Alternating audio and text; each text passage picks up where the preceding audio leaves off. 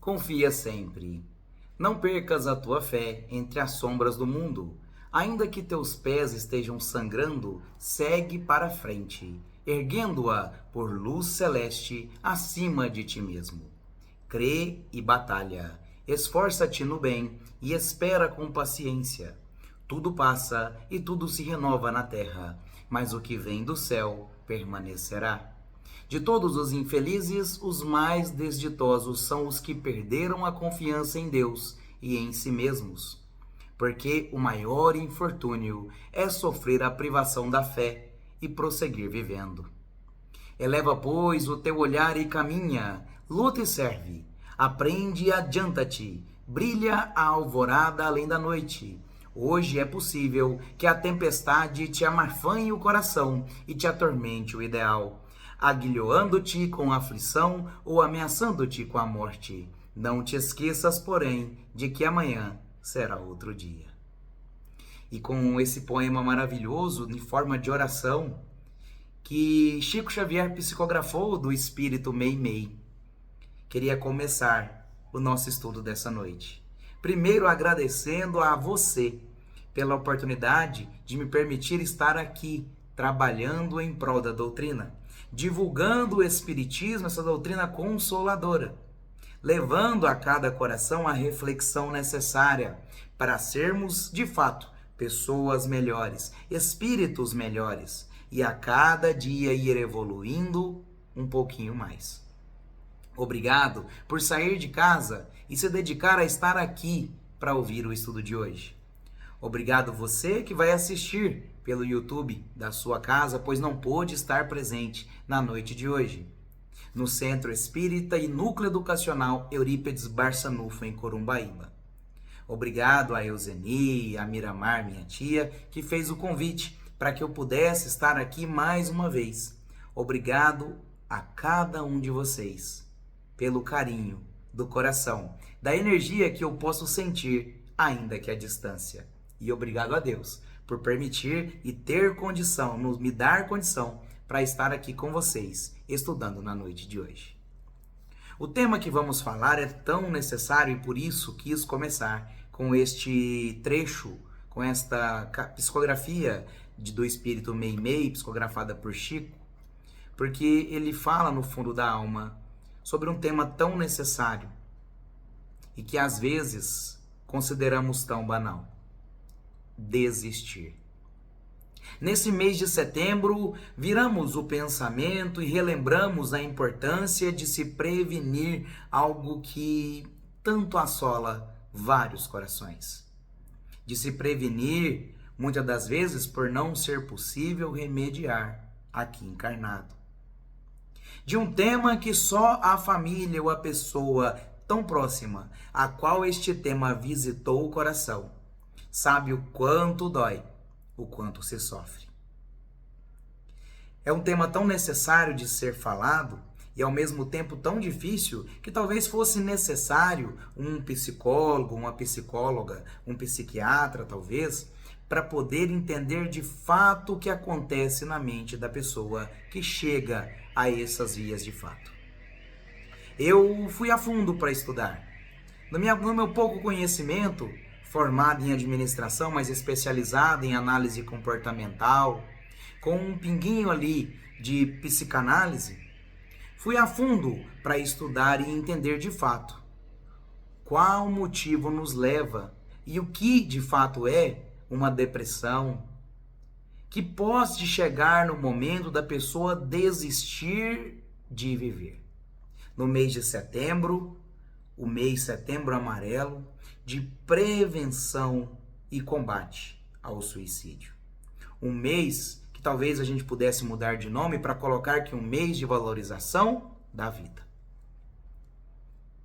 Tão difícil falar desse tema, tão difícil estudar este tema, pois todos sabem o quanto dói quando temos um ente querido que chega de fato às vias de acabar com a existência material, entregando-se a um desejo ou um pensamento de que tudo ficaria bem, de que a dor terminaria, de que o sofrimento acabaria.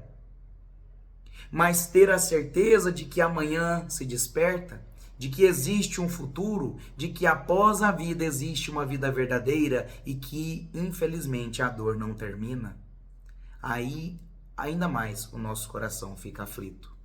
Daí a necessidade de se falar deste tema, de estudar este tema, de dedicar um mês de nosso ano, um mês a cada ano de nossas vidas, só para pensar nessa doença específica. E sim, é doença, porque antes da atitude vem o psicológico. E o psicológico não é um atestado de fraqueza, e sim talvez até mesmo de coragem material, mas sim uma doença que vai nos levando e corroendo por dentro até chegar às vias de fato. A questão do suicídio é um ato imediatista, um ato impensado, mas impensado quando eu digo, não de que a pessoa não pense e repense, maquina aquilo na cabeça, mas um ato impensado de futuro, um ato pensado de passado e presente. Porque a pessoa que vai chegar a essa via, ela já está tão cheia das suas dores, tão ansiosa por acabar com aquilo, que ela só vê no findar da vida a possibilidade de se ver livre daquilo. Um ato difícil, mas que a doutrina espírita vem tentar, de certa forma muito amorosa e consoladora, acabar com isso aqui na Terra. O Evangelho segundo o Espiritismo, ele começa, Kardec é tão pedagogo nessa parte, com o auxílio dos Espíritos, que ele começa com as revelações. Depois da introdução, onde mostra o motivo da obra e passa pelo prefácio que explica cada palavra difícil que vai vir ali durante toda a obra, ele traz as revelações. Moisés, a chegada de Deus para o homem. Moisés, lá de Abraão até Moisés, ele faz um resumão na lei, na primeira lei escrita, psicografada para o homem, os 10 mandamentos. Depois Jesus, o reformador da lei, aquele que viria dar sentido para a nossa encarnação e um caminho de evolução. E por fim, o Espiritismo e a terceira revelação, o porquê que o Consolador prometido seria a doutrina espírita e porquê que ela vinha reviver Jesus e fazer com que os caminhos ficassem fáceis de ser prosseguidos, pois traria o sentido da dor. E então o Evangelho vem trazer que há muitas moradas na casa de meu Pai e que só e para ter os céus era preciso nascer de novo, que aquele que nascesse de novo conheceria a vida eterna, que existiriam várias encarnações e existiriam vários lugares.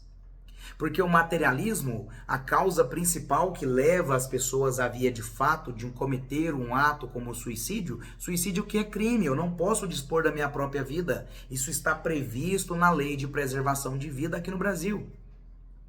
E um crime perverso e hediondo à lei de Deus, a lei de sobrevivência, pois Deus nos criou para evolução, nos deu livre-arbítrio para que escolhesses como, e também nos deu causa e efeito, a lei de causa, para que toda atitude resultasse em um resultado, que todo o caminho que eu tomasse chegasse a um destino que é meu, que foi eu que escolhi.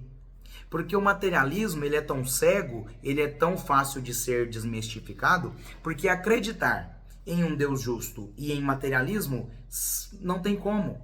Acreditar que uma pessoa nasce perfeita e a outra com condições especiais, não tem como ter justiça nisso, porque independente se a pessoa acredita em Deus, em Alá, em Jeová, ou se ela não acredita, se ela acredita que nós fomos criados pela natureza, a natureza é perfeita.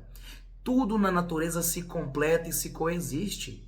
Quem estudou aí os matemáticos, o código de Fibonacci, a lei da perfeição e graduação matemática em todas as criaturas e criações da natureza, não tem como entender como que a vida seria justa, como que a natureza seria perfeita, ou como Deus seria justo, se eu acreditar que uma pessoa nasce com condições especiais e a outra nasce perfeita. Perfeita na condição material. Era o mesmo que entender que eu posso sair daqui de Uberlândia e uma pessoa sair de Araguari, nós dois entrarmos no mesmo ônibus, irmos sentido a Corumbaíba e eu pagar uma passagem mais barata para percorrer uma distância maior. Ou acreditar que eu e uma outra pessoa saindo aqui de Uberlândia, entrando no mesmo ônibus, indo para aí, pagássemos passagens diferentes.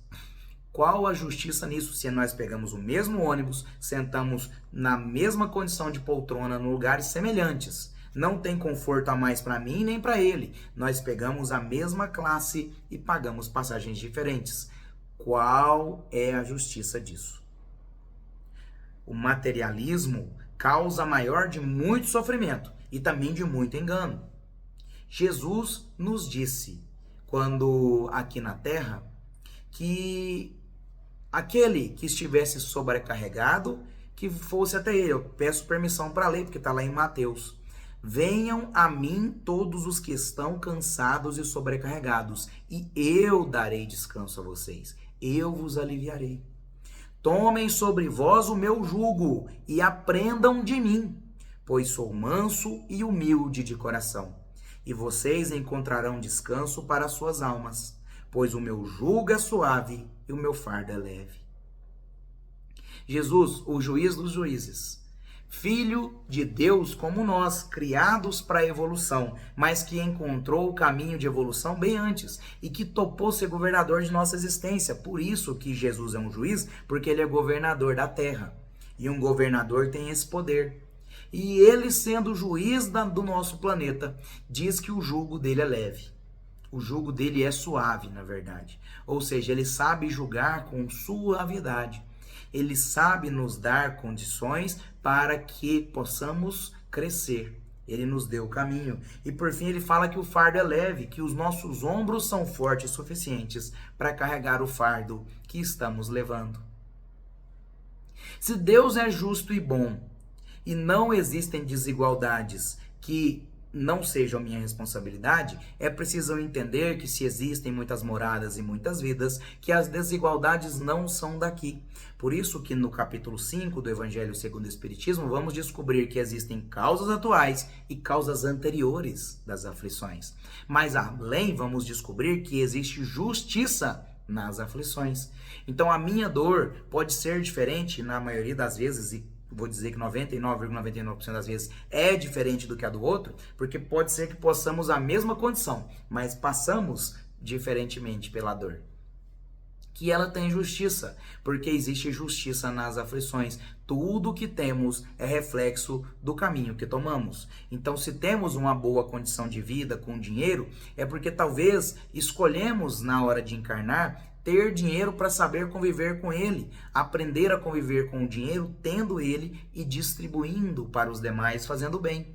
Ou talvez a falta do dinheiro dessa vida possa ser uma condição que eu solicitei ou não consegui domar as más inclinações na vida passada por questão do dinheiro e perdi minha encarnação. Então nessa vida eu quero vir sem nada para que eu possa valorizar o pouco. Deus é justo. Só que o suicida, ele entende isso.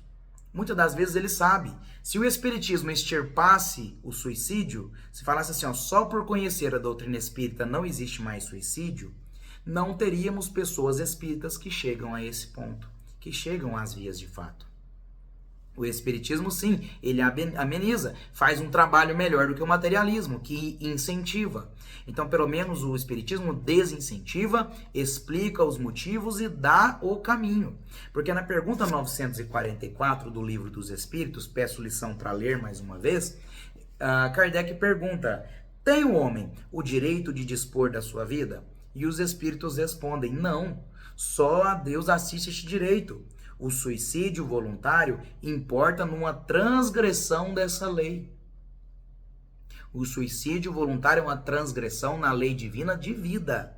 Só a Deus assiste o direito. Este corpo que a gente carrega é emprestado. Deus nos emprestou a encarnação para que pudéssemos conviver com nossos erros e pudéssemos melhorar, aprimorar, sermos um espírito melhor, expiar os problemas aqui da Terra ou provar, expiar os nossos erros do passado ou provar que somos, que é possível que possamos evoluir. E aí o Kardec pergunta, porque que história é essa de voluntário? Não é sempre voluntário o suicídio? Ou afinal, eu sempre não me mato querendo? O louco que se mata não sabe o que faz. Ou seja, o suicídio na loucura, e por isso dentro do capítulo 5 tem o suicídio e a loucura, ele muitas das vezes não entende o que ele está fazendo. Então talvez o que ele está cometendo, o crime, seja menor. Aí, que se deve pensar do suicídio que tem como causa o desgosto da vida? Pergunta 945. Insensato, porque não trabalhavam. A existência não lhes teria sido tão pesada. Sabe aquela história de cabeça vazia, oficina das coisas ruins? Isso é de fato. O suicida ele se encontra num estado de que ele está pensando sozinho com ele mesmo ali, se concatenando e pensando coisas difíceis. Por isso, nessa palestra, eu quero dedicar o tempo muito mais para dizer como acolher o suicida antes dele cometer o erro. Porque está nos ouvindo milhões de espíritos que cometeram este fato, mas eles já estão vivendo o resultado do que eles cometeram. O detalhe é que aqui na Terra nós esquecemos o motivo de estarmos passando por aflições, esquecemos que somos muito errados, que carregamos aqui nas costas uma mochila de problemas e de erros, e as alças dela nos cortam os ombros, e viemos aqui para resgatar. Essa palestra talvez seja para você que está do lado daí, pensando, concatenando aqui como fazer, como criar coragem para fazer. Já fui em muitas palestras onde se tentam provar que depois da morte você vai sofrer, vai expiar os mesmos erros. Isso está no Livro dos Espíritos, pega e vai ler. É preciso que a gente entenda que a função nossa em defesa da vida, em prol da vida, da preservação da vida, não é nos colocarmos na postura de doutores da lei, de juízes. Para isso o mundo está lotado. E essas pessoas que estão com pensamento suicida, ou você que está ouvindo no plano espiritual que já cometeu suicídio, muitos desses já vieram te procurar ou falar alguma coisa para você. Meu papel não é esse. Eu não sou psicólogo, eu não sou psiquiatra. Talvez um paciente de psicólogo, mas psicólogo eu não sou. Eu sou uma pessoa que estuda a doutrina espírita, mas que é gente. Gente como cada um, que tem as suas dificuldades, que tem os seus problemas, que tem o dia que chega em casa com a cabeça pesada. Gente que talvez o pensamento já foi procurado ou influenciado por pensamentos ruins. Mas que a fé na vida futura e a certeza de que tudo que a gente passa tem um motivo ou um porquê, e que de que nós seremos designados, pois Jesus nos disse: bem-aventurados os aflitos, eu vos aliviarei. Bem-aventurados os aflitos, pois serão consolados. Por isso, então, o que eu quero puxar a atenção aqui é que o suicida, ele não quer morrer. Pense que o suicida não quer acabar com a vida dele. Ele quer acabar com a dor, com o sofrimento, com aquilo que o assola. O detalhe que a gente tem que explicar é que não adianta, porque a vida material é passageira. Este corpo, nós não somos isso, nós estamos nisso, como diria o Divaldo. Esse corpo é passageiro e as dores que nós sentimos muitas das vezes estão na alma. As dores que nós sentimos. Se você te falta um braço, saiba que o seu perispírito está plasmado sem um braço. Porque foi ele que plasmou o teu corpo. Foi o teu perispírito que plasmou as condições que o teu corpo tem hoje. Então não adianta dispor dessa máquina, dessa ferramenta, porque ela é só de carne e osso e nutrientes e composições químicas e biológicas e fisiológicas que ficarão aqui. Pois o corpo será comido e acabará. Os vermes vão nos fazer não existir. Será como se o nosso corpo nunca houvesse existido aqui na Terra. Mas o nosso espírito, que é de energia, esse é imortal. E ele plasma um perispírito, ele plasma um corpo, um invólucro de energia para as condições que precisamos passar. É por isso que chegar ao suicídio não vai resolver, não vai adiantar. Pelo contrário, vai fazer talvez ficar pior. Porque além da dor, além do sofrimento, além da condição que eu já carrego comigo mesmo, vai existir também o arrependimento e o remorso. E muitas das vezes, o suicida não vai ter a segunda chance. Porque tem muitas das vezes que Deus é tão misericordioso que ele dá mais uma chance. Então a pessoa tenta cometer o suicídio e algo acontece que ela não consegue, graças a Deus. E aí pode ser que ela pense, não vou mais fazer isso porque era para eu estar vivo. Mas e quantas vezes que acontece e aí não tem mais o que fazer? E não pense que só porque a pessoa que tentou cometer o suicídio, né? Tentou na tentativa e falhou, que agora ela nunca mais vai fazer isso porque ela já viu que dói ou que é complicado, que ela não vai tentar de novo. Não pense porque ela está bem agora que ela não pode vir a ficar ruim de novo. A depressão, gente, não é só uma tristeza. A depressão é uma doença. A pessoa depressiva, ela tem o cantinho dela de chorar, o cantinho dela de sofrer. Ela não sente mais a felicidade na vida.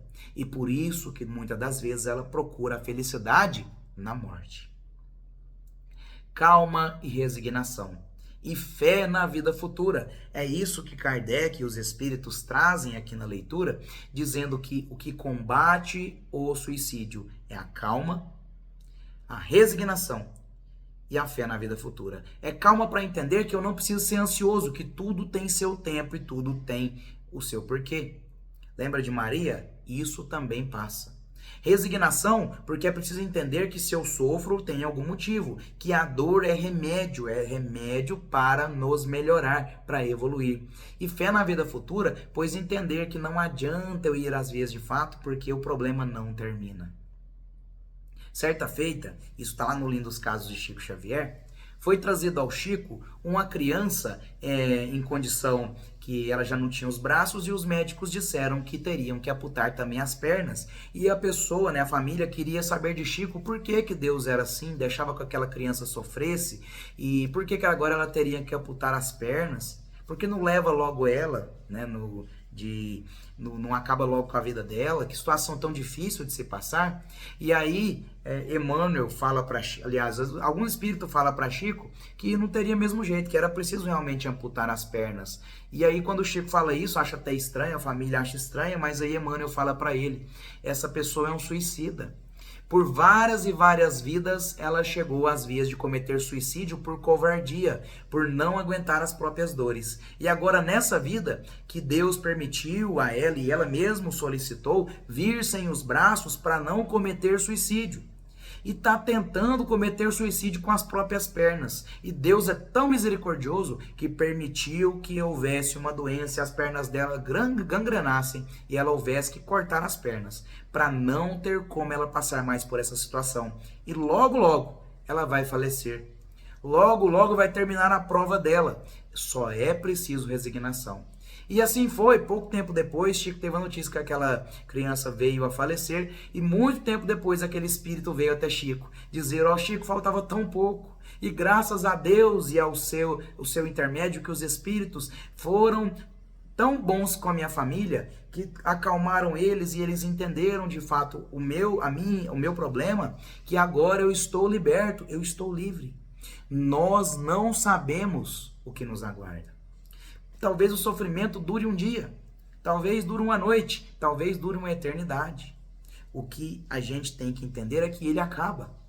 Depois da tempestade sempre vem a calmaria. Isso também passa porque tudo passa. É Maria, Mãe Santíssima, que fala isso pra gente. A morte não é o fim, e sim uma porta para o futuro. E somos nós que definimos se esse futuro será bom ou se será ruim, se será de tranquilidade ou se será de sofrimento. Depende do que nós estamos fazendo agora, porque o que a gente já fez para trás, já foi. O passado é uma referência, o passado nos serve de lembrança. Não é possível alterarmos o passado. Não tem como. E o futuro também não tem muito o que eu fazer, o futuro vai acontecer. Porém, o que acontece? O passado é referência, reflexo para saber o que eu tenho que fazer no agora. O único lugar que eu tenho direito e tenho poder é no presente. O presente vai ser o meu passado daqui um pouco. E o futuro vai ser resultado do meu presente. Então é preciso que eu faça agora. Então se eu estou sofrendo, como disse Meimei, como disse também o Livro dos Espíritos, que encontramos no labor, no trabalho, a resignação. Sabe aquela musiquinha espírita? No trabalho, a salvação. No trabalho, há solução. É preciso entender que trabalhando eu estou com a cabeça ocupada e não vai ter como os pensamentos ruins me alcançarem. E a faixa vibratória, então? Se eu estou trabalhando pelo bem e aí eu encontro uma faixa vibratória melhor, aqueles espíritos que ao meu lado tendem a ser numa faixa vibratória pior, eles não vão conseguir me alcançar, eles até vão tentar. Às vezes o pensamento até vem, mas a atitude, a coragem não existe, porque a faixa de vibração é maior. Porque muitas das vezes somos levados ao ato do suicídio ou pensamento suicida por irmãozinhos a qual nós no passado trouxemos muita dor e sofrimento, ou talvez até mesmo influenciamos para que eles pudessem cometer tal atitude. E agora, numa sensação de vingança, de egoísmo, eles tendem a também tentar nos influenciar. Vai depender da faixa vibratória que estivermos vibrando no momento. Pense que se esse mal nunca visitou sua família, levante as mãos para o céu e agradeça, mas eu duvido muito se em algum nível, seja por mais próximos ou mais distantes, você nunca tem um amigo ou um ente querido que aconteceu. Pense que o suicídio mata mais do que a guerra. O suicídio mata muito mais do que a guerra. O detalhe é que a guerra é um sofrimento social, em conjunto. Então ela causa, de certa forma, uma dorzinha no nosso coração, porque a gente pensa, nossa, quantas criancinhas inocentes morrem pela guerra.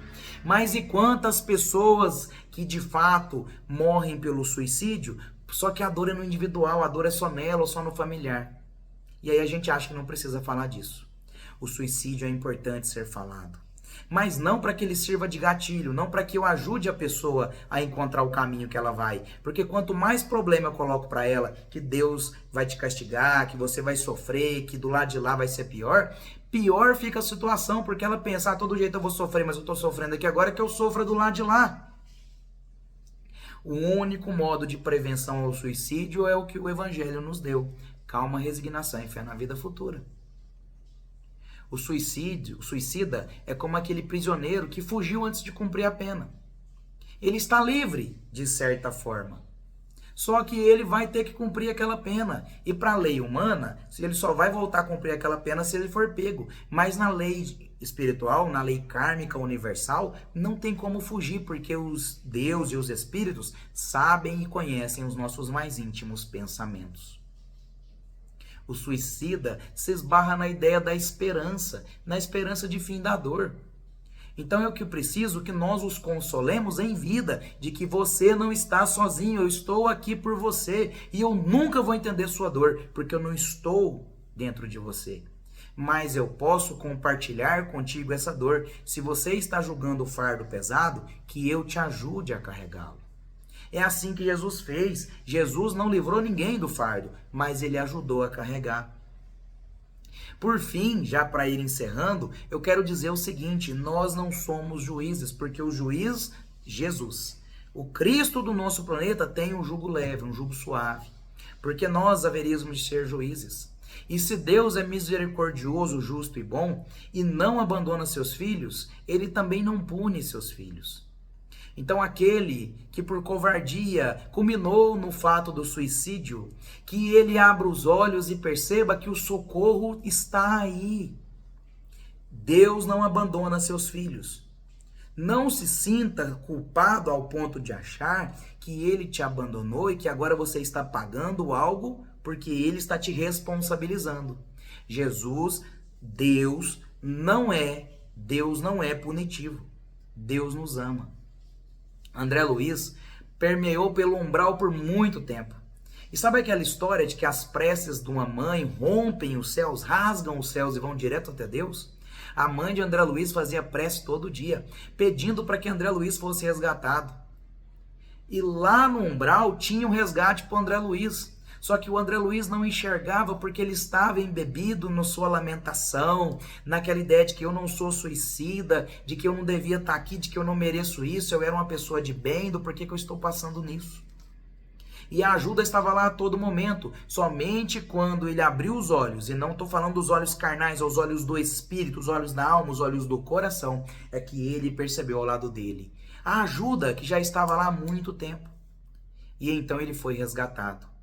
Talvez você que está com ideação suicida só não esteja percebendo que à tua volta tem alguém que te ama. Ah, Jefferson, mas a minha volta não tem ninguém, minha família não me ama, não me quer, ou eu sou sozinho. Tem muita gente que te ama. Tem o Centro de Convivência, o CVV, na verdade, né? O Centro de Valorização da Vida, que é só você telefonar e alguém te atende. É só você discar no seu telefone que alguém vai te atender. O telefone é 188. Tem até pela internet. Se você digitar suicídio no Google, a primeira coisa que ele vai te mostrar é isso aqui, ó. CVV. Liga no 188 ou chat ou site oficial. Se você pesquisar em qualquer lugar na internet um vídeo sobre suicídio, eu tenho certeza que embaixo dessa palestra o próprio YouTube vai colocar. Está precisando de ajuda? Clique aqui. A Federação Espírita Brasileira, a Federação Espírita do Estado de Goiás, a Sociedade Alta de Souza, nas suas páginas tem. Está pensando em suicídio? Clique aqui. E são várias obras, músicas e pessoas para que você converse. Procure alguém, desabafe, fale. E se alguém te procurar pensando em suicídio, não julgue, escute. Saiba que você nunca vai entender a dor dessa pessoa. Escute, abrace e a ame como Jesus nos amou. Fale para ela, eu estou aqui por você. Toda vez que você pensar nisso, me ligue e fique comigo falando até que o pensamento passe. Vamos fazer um terço, vamos fazer uma oração, vamos cantar uma música, vamos conversar, mas até que passe. Porque o amor resgata. As dores que sentimos são as nossas provas, são as nossas expiações, mas o amor resgata. Salve os seus filhos pelo amor. Salve aqueles que você ama pelo amor. Salve aqueles que estão na sua volta pelo amor. Para finalizar, meu avô contava uma história de um homem que ao desencarnar chegou do lado de lá, encontrou nas portas do céu e viu que o céu era uma montanha, que ele tinha que chegar no topo, e aí perguntou, como que eu faço para chegar lá em cima? E então falaram para ele, basta com que você pegue a tua cruz e siga. E ele então pegou uma cruz pesada e começou a seguir por um caminho árduo, subindo. E aquela cruz pesava no seu ombro, e ele trocava de ombro e pesava mais um pouco, e ele se arrastava tentando carregar. E percebia que outras pessoas passavam com cruzes menores. Algumas vezes ele via crianças passando com cruzinhas pequenas, outras pessoas mais idosas passando com cruzes menores, senhorinhas passando só com um crucifixo aqui no pescoço, parecendo um escapulário, um terçozinho aqui. E ele com a cruz pesada. Pensou, como que pode, como que tem justiça, se eu que fui bom, estou com a cruz pesada dessa. Então encontrou pelo caminho um serrote e resolveu serrar um pedaço da sua cruz para que ela ficasse mais leve. E aí seguiu, e ao se deparar com mais pessoas carregando cruzes menores, ele falava, não tem justiça nisso não, serrava mais um pedaço da cruz. E assim seguia. E seguiu, passou até na frente de muitas pessoas. Pensou assim, agora eu tô muito mais potente, muito mais feroz, porque eu já serrei minha cruz, tá muito mais leve, eu sou inteligente, vocês não. E passava. E quando a cruz dele estava pequena, ele começou a perceber que tinham pessoas com cruzes maiores. E ele falava, serra a sua também, bobo, vamos todo mundo junto. Quando chegou lá em cima, aliás, antes de chegar lá em cima, eu quero fazer um adendo na história. Quando a gente está sofrendo, a gente só vê pessoas que não estão sofrendo. Quando a gente não está sofrendo e está passando por um momento de felicidade, a gente começa talvez a perceber pessoas sofrendo. Mas só se a gente olhar para os lados. Porque se a gente continua olhando para frente, a gente só vê o próprio caminho. Mas o momento que a gente está sofrendo, aí a gente olha para todos os lados e a gente só vê pessoas que estão felizes. Porque o nosso cérebro fixa o olhar, fixa o pensamento naquilo que a gente quer. E quando a gente está sofrendo, o que a gente quer? Parar de sofrer. Então eu só vejo pessoas que não sofrem, pessoas que são felizes, e a grama do vizinho sempre é mais verde. Muitas das vezes não é. Porque quando aquele homem chegou no alto do morro, ele viu que tinha um abismo. E o abismo tinha que alguma coisa para atravessar, e ele perguntou, como que eu faço para atravessar esse abismo? Aí a pessoa falou, a cruz que você pegou lá atrás, joga aí que serve de ponte. E o abismo dele era tão grande que quando ele jogou a cruz, ela caiu lá embaixo. Ele falou, e agora o que que eu faço? E alguém falou para ele, não se preocupe, ainda tem um caminho para chegar no reino dos céus. Volta lá embaixo, pega a tua cruz de novo e volta aqui em cima e atravessa com ela. Porque todas as vezes que não entendermos de fato o motivo da dor, não sermos resignados, termos calma e fé na vida futura, vamos ter que voltar no início, começar de novo, pegar a nossa cruz para depois chegar ali e atravessar. Não sejamos ansiosos. Estamos vivendo na geração da ansiedade, onde tudo a gente consegue em segundos. Com um Google eu consigo saber tudo. Principalmente as crianças que já nasceram na era da internet. Pais, atenção aos seus filhos. Muita atenção. Estamos vivendo numa geração muito ansiosa. Saibamos, de fato, entender que é preciso calma, resignação para tudo que a gente passa. Que Jesus possa nos acompanhar cada dia. Obrigado mais uma vez pelo seu tempo, por dedicar o teu tempo para estar comigo, pois aqui eu aprendo muito mais do que falo. Que Jesus possa levar você ao teu lar em paz e esperança, com a esperança de dias melhores e com a certeza de que Deus nos ama e nos ilumina a cada dia. Que Jesus nos abençoe hoje e sempre. Que assim seja e até nosso próximo encontro. Um beijo no seu coração.